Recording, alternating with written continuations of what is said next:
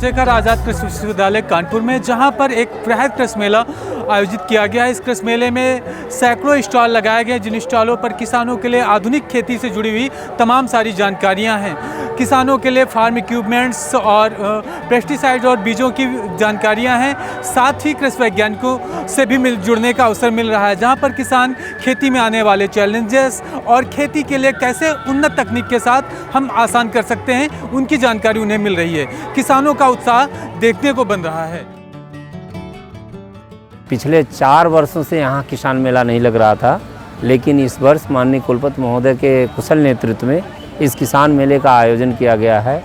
जो किसान मेले का मुख्य उद्देश्य है वो दूर दराज से आए हुए किसानों को उत्तम क्वालिटी के बीज और विश्वविद्यालय द्वारा विकसित तकनीकी को उपलब्ध कराना है। बीज सभी तरह के उपलब्ध हैं। विश्वविद्यालय द्वारा रिसर्च सीट के नाम से बीज बनाया जाता है। इसकी विश्वसनीयता बिल्कुल 100% होती है और हमारे यहाँ दलहनी, तिलहनी और अनाज वाली फसलों के सारे बीज उपलब्ध हैं। यहाँ से नई किस्म के बीज, उनके बारे में स्टॉल में जो जानकारी दी गई है, तो यहाँ से कुछ हमने जो हमको अच्छा लगेगा, अब यहाँ से बीज वगैरह लेंगे और अपने वहाँ पे जाके प्रयोग करेंगे। अभी हम लोग यहाँ किसान मेला में अपना स्टॉल लगाया हुआ है।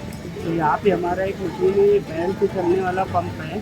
तो इसमें एक गियर बॉक्स है, इसी गियर बॉक्स के थ्रू आपका ये पंप चलता है और इससे और भी बहुत सारी मशीनें इस गियर बॉक्स के थ्रू चल जाती हैं। जैसे आपका आटा पीसने की मशीन है, या ऑयल निकालने की मशीन है, या आपका धान कोटने की मशीन है, या आपका भुट्टा निकालने के, इस टाइप की छोटी छोटी मशीनें, सिमाई बनाने वाली, इस तरह की मशीनें आपकी छोटी छोटी मशीनें बैल से ही चल जाती है। इसमें 2 जोड़ी बैल लगती है, 1 जोड़ी बैल लगता है।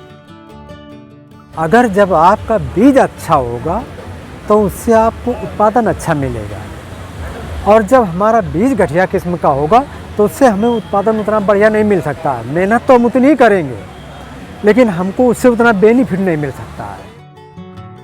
अब नए जो चैलेंजेस आ रहे हैं, उसमें नई तरह की बीमारियाँ आ रही है, उसको कंट्रोल करने के लिए फर्टिलाइज़र का ज़्यादा यूज करने से हम नहीं चाहते कि जैविक खाद का हम लोग यूज करते हैं, जैविक तरीके से खेती करना चाहते हैं। तो ये जैविक तरीके से खेती करना हमारे लिए इस वर्तमान में बहुत आवश्यक हो गया है। कीटनाशकों का और ये जो फर्टिलाइज़र का यूज हम कैसे कम से कम कर सकें, खासतौर से ये मेले में मैं देखूँ। किसानों ने यहाँ ये आकर के जानकारी ली कि हमें कौन सा गेहूँ उपलब्ध कराया, या गेहूँ की कौन कौन सी प्रजातियाँ भी हैं जिनमें रोग नहीं लग रहे हैं, और गेहूं की शुद्धता को हम कैसे बनाए रख सकते हैं, तो उसके बारे में भी जानकारी दी गई। तो उनसे बताया गया कि ऐसे गेहूं के बीजों के या ऐसी गेहूं की प्रजातियों का उपयोग करें जो ये रोगों के लिए अवरोधी हों। हमारी जो यूनिवर्सिटी है उसने ब्रीडर बीज भी किसानों को उपलब्ध कराना शुरू कर दिया, क्योंकि अगर जनक बीज हमारे किसानों को उपलब्ध होगा तो वो 4 से 5 साल तक उसी बीज को आसानी से बो पाएंगे और आराम से भरपूर उत्पादन ले पाएंगे, जिससे कि उनका जो बीज का जो कॉस्ट है, बीज की जो लागत है प्रति वर्ष 4 से 5 वर्ष तक अगर वो कम हो जाएगी तो उनका कहीं ना कहीं बहुत बड़ा फ़ायदा होगा। और उसके लिए उनको भंडारण तकनीक के बारे में भी बहुत अच्छी जानकारी उपलब्ध कराई गई है। खेतीबाड़ी संबंधित जितनी भी मशीनें हैं वो सभी हम लोग यहाँ पे जो है डेमोन्स्ट्रेट कर रहे हैं। किसान भाइयों को उसका लाइव डेमोन्स्ट्रेशन दिखा रहे हैं, आप देख सकते हो। ठीक है, इसमें क्या है, जैसे हम लोग के पास ब्रश कटर्स वगैरह हैं, ब्रश कटर से अपना फसल कटाई वगैरह करना है, गुड़ाई वगैरह करना है। इसके अलावा खरपतवार काटना, घास काटना, तो ये मल्टीपल तरीके के काम वो मशीन करती है हमारा। इसके अलावा ब्लोअर वगैरह है, स्प्रेयर्स वगैरह हैं, जैसे किसान अपने दवा वगैरह छिड़काव कर सकते हैं खेतों में। 15,000 रुपये से मशीन की स्टार्टिंग रेंज है, और हमारे पास 1 लाख रुपये, 1 लाख, 1.25 लाख तक की भी मशीनें हमारे पास अवेलेबल।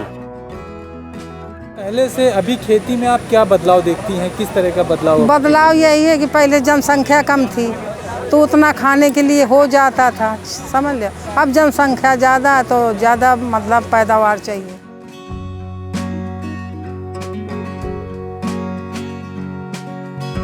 बनाए रखिए अपना गांव कनेक्शन। इस वीडियो को लाइक करिए, चैनल को सब्सक्राइब करिए और बेल आइकॉन दबाना मत भूलिएगा, ताकि आप और हम रोज़ मिल सकें।